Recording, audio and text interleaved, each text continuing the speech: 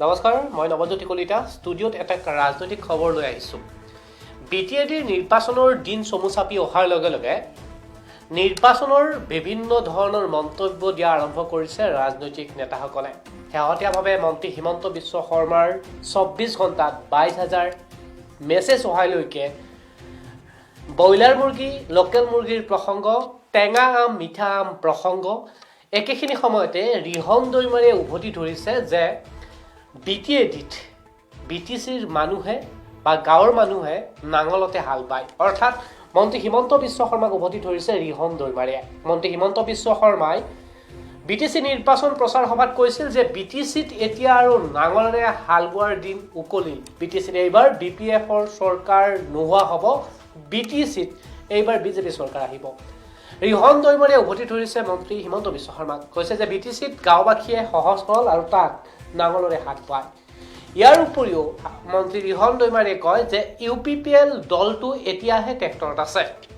কিছুদিন পিছত UPPL দলটোৱে নিজৰ পোচাক খুলি পদুমৰ পোচাক পিন্ধিব। অৰ্থাৎ প্ৰমোদ বড়োৱে UPPLৰ নেতৃত্ব লৈ থকা প্ৰমোদ বড়োক কয় যে প্ৰমোদ বড়োৱে নামতহে UPPL কৰি আছে। কিছুদিন পিছতে অৰ্থাৎ BJPৰ পদুমৰ পোচাক পিন্ধি গেৰুৱা হ'ব। এনেকুৱা ধৰণৰ মন্তব্য ৰিহন দৈমাৰীত। মই আপোনালোকক কেইটামান দৃশ্য দেখালম BTC প্ৰসংগত ৰিহন দৈমাৰীৰ শেহতীয়া মন্তব্য আৰু BTC নিৰ্বাচনত কেইটামান খবৰ।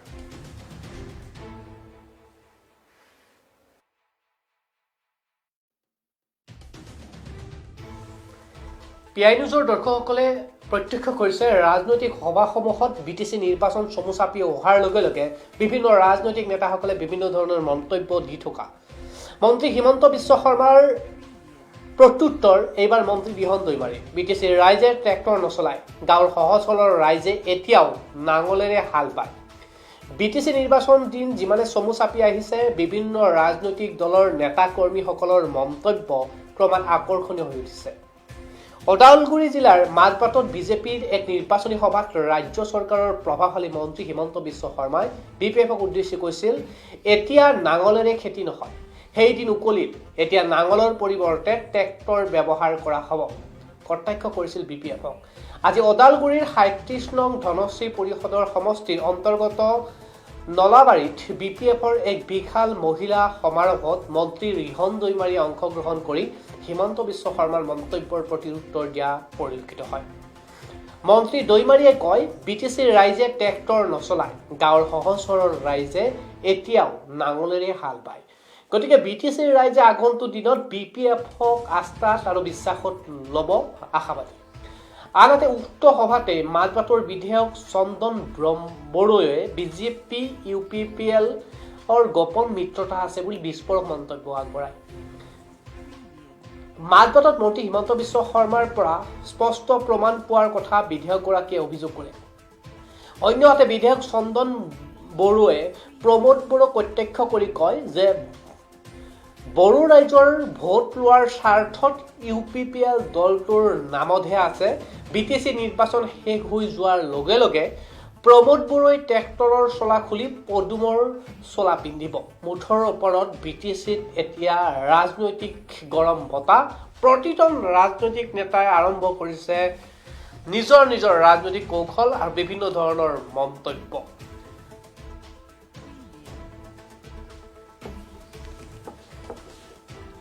ৰাইজৰ আস্থা আৰু বিশ্বাসটো আছে, কাৰণ আমাৰ গাঁৱৰ মানুহবিলাকে এতিয়াও ট্ৰেক্টৰ নচলায়, নাঙলতে আছে। কাৰণ আমি ট্ৰেডিশ্যনেল ইয়াত আছোঁ, আমি বহুত সহজ সৰল মানুহ, গতিকে সহজ সৰল মানুহবিলাকে BPF দলকেই ভাল পায়। আপুনি নুশুনিলেও এইটো সত্য বা ভাইৰেল হৈছে, নিউজত ওলাইছে। BPFক খুচদাৰ সমালোচনা কৰিছে, একালত BPFৰ মিত্ৰ আছিল, খুচদাৰ সমালোচনা কৰিছে। এতিয়া নিৰ্বাচন সময়, সমালোচনা কৰা সকলোৰে অধিকাৰ আছে।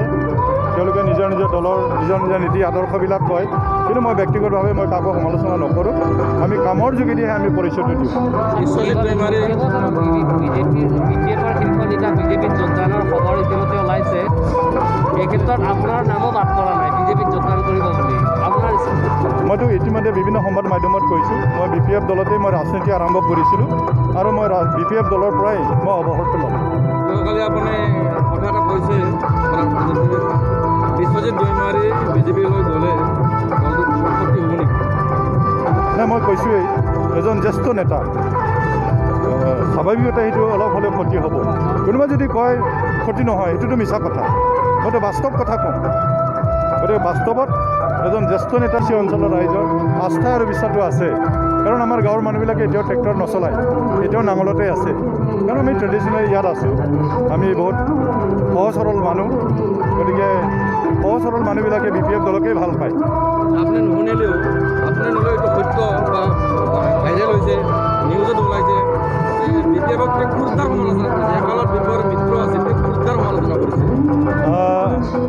এতিয়া নিৰ্বাচন সময়ত সমালোচনা কৰা সকলোৰে অধিকাৰ আছে। তেওঁলোকে নিজৰ নিজৰ দলৰ নিজৰ নিজৰ নীতি আদৰ্শবিলাক কয়, কিন্তু মই ব্যক্তিগতভাৱে মই কাকো সমালোচনা নকৰোঁ। আমি কামৰ যোগেদিহে আমি পৰিচয়টো দিওঁ। বিশ্বজিৎ দৈমাৰী BPF-ৰ শীৰ্ষ নেতা বিজেপিত যোগদানৰ খবৰ ইতিমধ্যে ওলাইছে। এই ক্ষেত্ৰত আপোনাৰ নামো বাদ পৰা নাই বিজেপিত যোগদান কৰিব বুলি।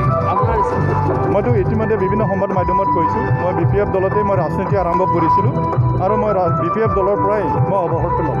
যোৱাকালি আপুনি কথা এটা কৈছে